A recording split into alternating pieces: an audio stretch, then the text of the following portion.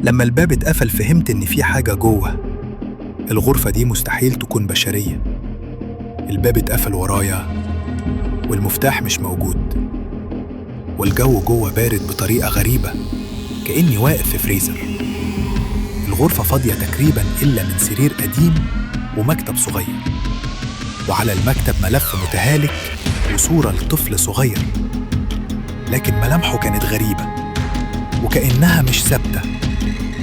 وأنا بقلب في الملف لقيت أوراق بتقول إن الطفل كان مريض نفسي، دخل المستشفى سنة 1984 بعد ما اتهموه بقتل أسرته.